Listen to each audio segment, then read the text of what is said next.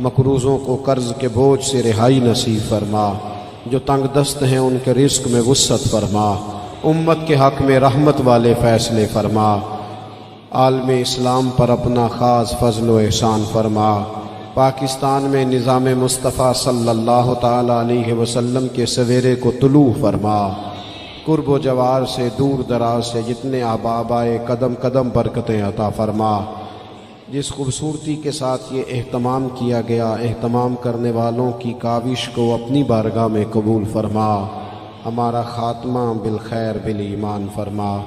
دنیا علامہ اسرار صاحب علیل ہیں، مالک کریم شفا عطا فرما، تمام بیماروں کو شفا عطا فرما، دنیا اور آخرت میں ہماری پردہ پوشی فرما۔